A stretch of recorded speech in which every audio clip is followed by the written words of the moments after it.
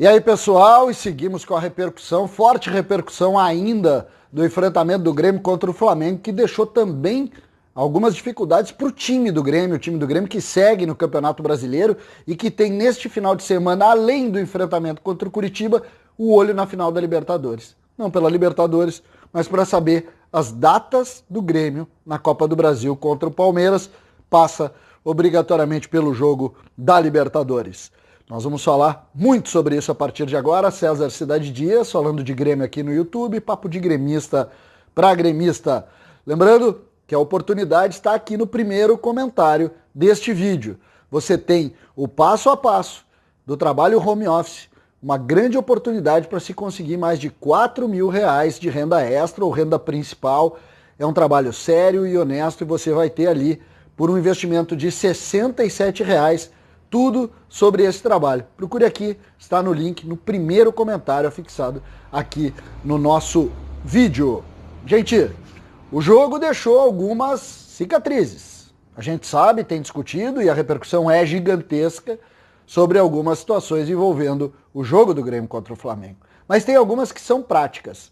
Renato Portaluppi, quando falou na coletiva dos problemas do jogo, falou em PP. PP sentiu uma lesão no quadril, mas nada muito importante. Como a coletiva do Grêmio é aquela situação de gravado, ficou e acabou não avançando. O que se tem? PP está liberado. PP, se fosse uma decisão, jogaria.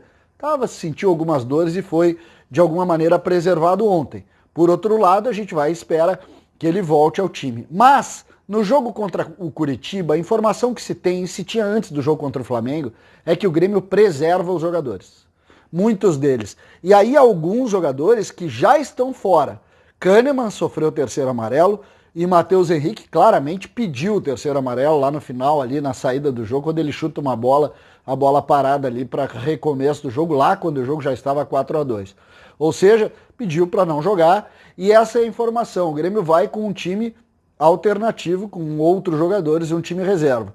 Diego Souza sentiu sim uma lesão quando fez o segundo gol na falta que ele cobrou. Abriu a perna ali e a gente não sabe a extensão. O Renato também falou sobre isso logo após a partida, disse que vai esperar 24 horas e a partir daí a gente pode ter, ou através do departamento médico, ou através do Renato, ou através dos jogos, a gente vai saber a extensão da lesão. O fato é que Diego Souza está fora do jogo do próximo final de semana. Churin, que seria o substituto, em tese também está fora. Por que eu falo em tese? Churin ficou fora do banco de 2 jogos, voltou no Grenal e ontem não estava de novo. Por quê?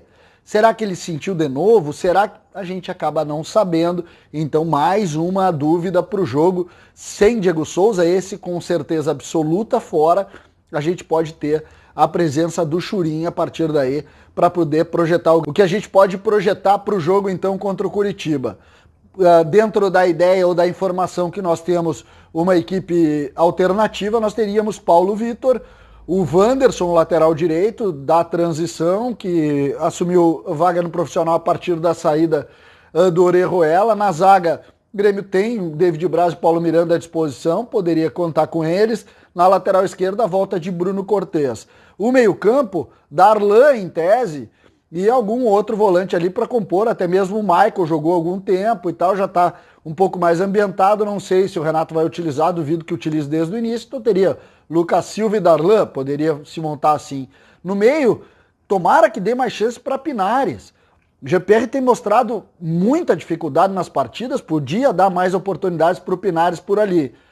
Ferreira deve ser o homem escolhido lá pelo lado esquerdo, no lugar do PP, imaginando que PP fique fora também, preservado um pouco mais dessas dores que ele sentiu no quadril, como eu referi antes. No lado direito, se o Grêmio quiser tirar todos os titulares, jogaria Luiz Fernando e não Alisson. E na frente, jogaria o Luiz Fernando, porque o Diego Souza está fora, o Churin está enfrentando dificuldades, o Grêmio não tem um 9. Ou busca alguém da transição, pode ser o Ricardinho, pode ser o Fabrício, e aí o Grêmio se encaminha com um centroavante, um homem da função para o enfrentamento. Isso é o que se imagina.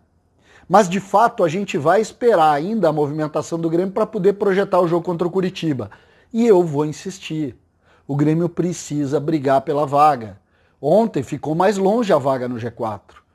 O Grêmio, neste momento, encaminha a classificação via brasileiro para pré-Libertadores. Imaginem o tamanho do problema.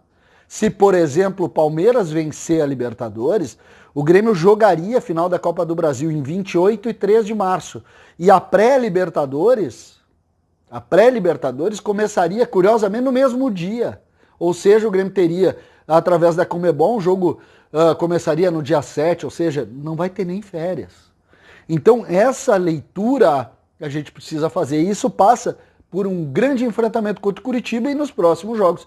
O Grêmio não pode tratar de maneira menor.